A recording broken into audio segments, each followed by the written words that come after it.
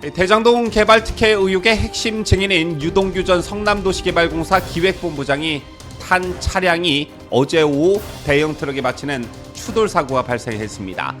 자, 그런가 하면 이재명의 경기도지사 시절 법인카드 유용 의혹과 관련해 검찰의 압수수색을 받은 세탁소 주인이 딸에게 극단적 선택을 암시하는 문자 메시지를 보내고 실종됐다가 전북 익산에서 무사히 발견되는 일도 있었습니다.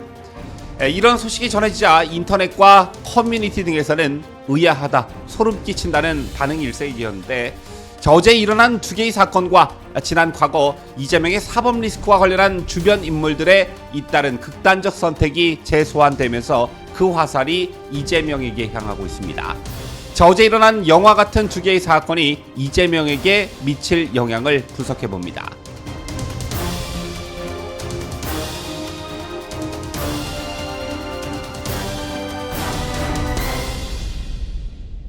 시청자 여러분 안녕하십니까? 디스데일리 베스트 미네코입니다. 지난 대선 기간 나온 지 좀 된 영화였지만 화제가 된 영화가 하나 있었습니다. 바로 영화 아수라였는데요. 2016년에 개봉한 아수라는 가상도시인 안남시를 배경으로 한 영화로 조폭과 결탁해 각종 범죄를 저지르는 안남시장과 그의 뒤처리를 담당한 한 경찰관을 둘러싼 그런 이야기를 다루고 있는 영화입니다. 소위 반 이재명 진영에서는 오랫동안 이 영화 속 안남시장과 성남시장 출신인 이재명을 연결짓는 농담이 회자돼 왔는데, 이재명의 주변 인사들이 잇따라 극단적 선택을 했을 때, 그리고 이재명과 조폭 출신 기업가 간 교류가 드러났을 때, 대장동 의혹이 불거졌을 때 등등등 번번이 아수라가 소환됐습니다. 특히나 대장동 개발 비리와 성남FC 불법 후원금 의혹 등으로 구속영장이 청구된 이재명에 대한 체포동의안이 가까스로 부결된 다음 날, 이재명이 예정된 민생행보의 하나로 조리복을 입고 급식실을 방문하자 온라인에서는 뜨거운 관심이 쏟아졌는데요. 채널 위생복을 입은 이재명의 모습이 언론에 보도가 됐는데, 그 직후부터 여러 보수 성향 온라인 커뮤니티 사이트에서는 영화 아수라에 관련한 글과 사진, 영상 등이 올라오기 시작했습니다. 영화 속 안남시장 역을 맡은 황정민의 모습과 이재명의 모습이 닮아 있었기 때문이었습니다.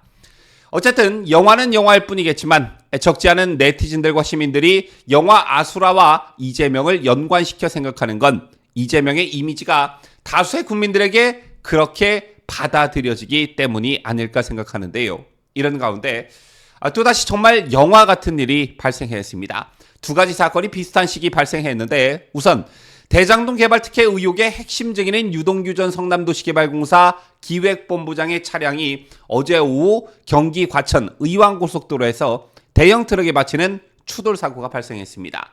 좀 더 자세한 상황을 설명드리자면, 유 전 본부장의 차량은 충격으로 튕겨 180도 회전하면서 중앙분리대를 들이받은 뒤에야 멈춰선 것으로 전해졌습니다.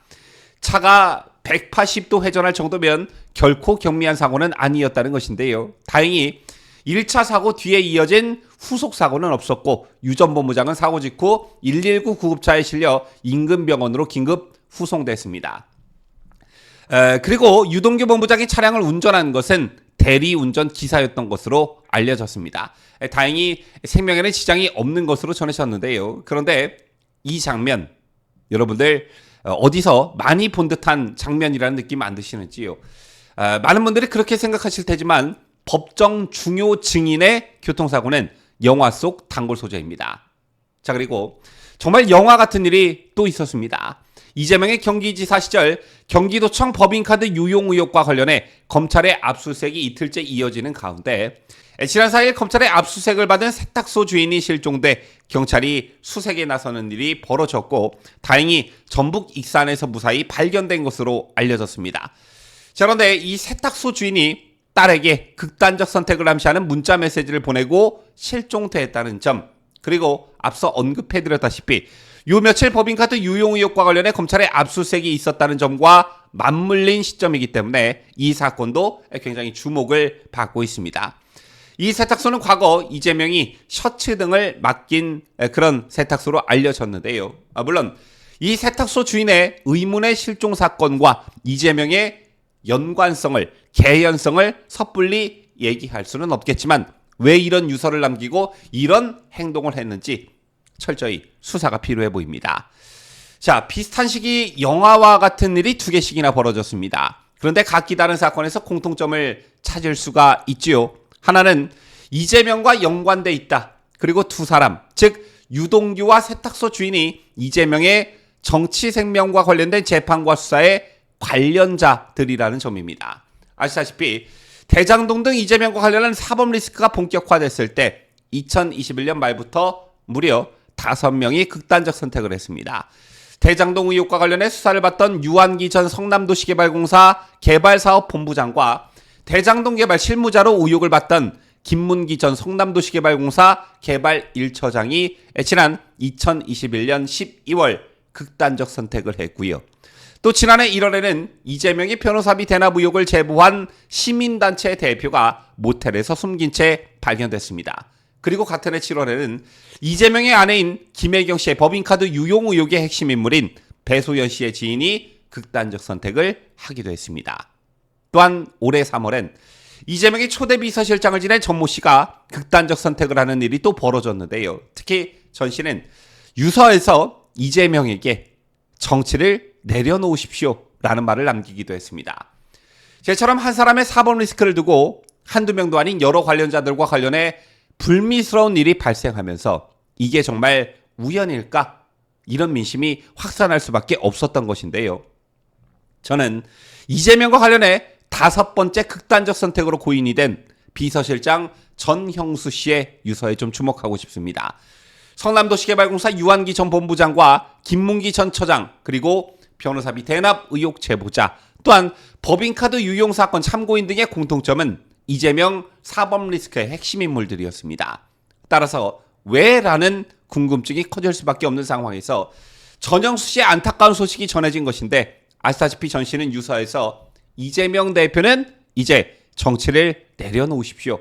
더 이상 희생은 없어야지요 라고 썼습니다. 이러한 최측근의 마지막 조언은 과연 무엇을 의미하는 것일까요? 당시를 기억하시는 분들 많으실 테지만 5번째 조금 못지않게 놀라웠던 것은 다름 아닌 이재명의 반응이었습니다. 이런 가슴 아픈 비극을 접하고도 당내 행사에 참석한 이재명은 나 때문에 죽었느냐, 탈탈 털어내니 주변 사람들이 어떻게 견디겠느냐라는 말을 되풀이했습니다. 또한 이재명은 없는 사실을 조작하니 빠져나갈 길이 없어 극단적 선택을 한 것이라고도 말했습니다. 자, 이거 너무 비정하고 비상식적 설명이죠.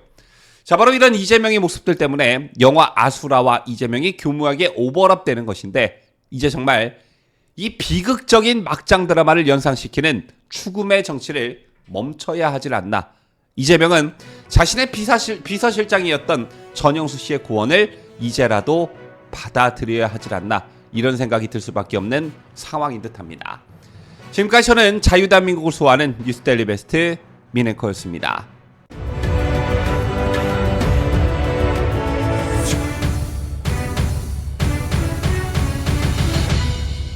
함께해요. 뉴스데일리 베스트.